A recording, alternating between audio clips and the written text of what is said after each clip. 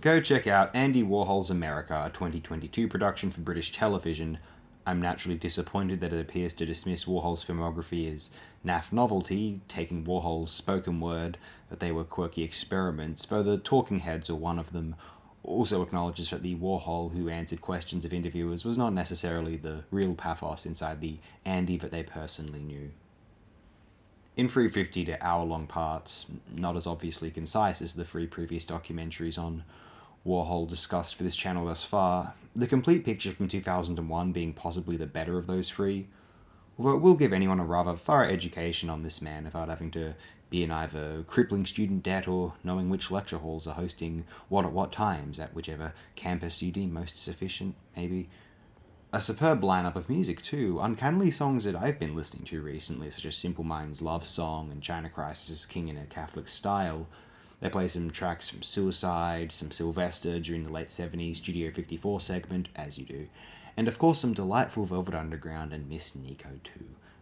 While a cinema may have surpassed the traditional visual arts, painting, sculptures, as the medium of visual experimentation of human expression, I still see a prime importance in the capacity of the gallery-based visual arts as we know them, and actually Warhol may be someone from that dimension who would be on our, or my at least, side in this respect, though he was more into superficiality, glamour, and American spectacle than the more densely intellectual or academic field, although I like to feel as though the two worlds can somewhat merge.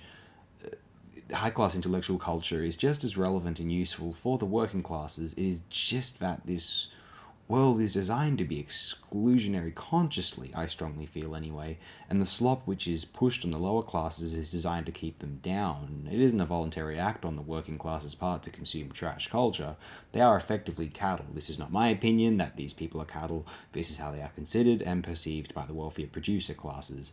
If the academic tendencies of Warhol's residue truly can take hold, it will settle as a conscious, aware, vague disdain for commercial culture, from a place of understanding that the higher class art world composed the class cultural divide, not the worker classes, not the so-called consumer classes, and therefore the art world could have its own valuable Vatican II moment, as the passionate Catholic Warhol likely would have wanted it to.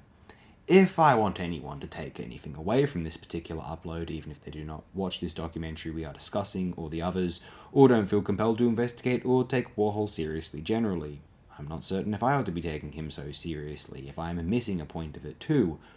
I want them to take away that an equilibrium is the ideal, bridging the gap between the appeals of presumed masses and that which is designated to be its intellectual superior, is an entirely worthwhile endeavour, and frankly, it is more about what we learn from Warhol than Warhol himself. It isn't as though we want Warhol to be a figurehead or thought leader. It is that his particular output has emboldened and validated the concept of class cultural distinctions, permanently, in perpetuity, to be exposed for all time. Visual art arguably has never recovered. He did cinema a rather great favour, enabling underground and experimental films to flourish again outside of the silent era, or pre-war epoch, both where he found the beauty and his muses, and how the art world responded to him both, are relevant factors in assessing the importance of Warhol's legacy. He found a quaint beauty in the designated mundane, and in his phenomenal commercial success, he illustrated the art intelligentsia as essentially fraudy fakes, even more so than Duchamp had. I suppose Paris had its kicking, New York needed one as well, why not? Oh well, I'll cease chewing on my foot.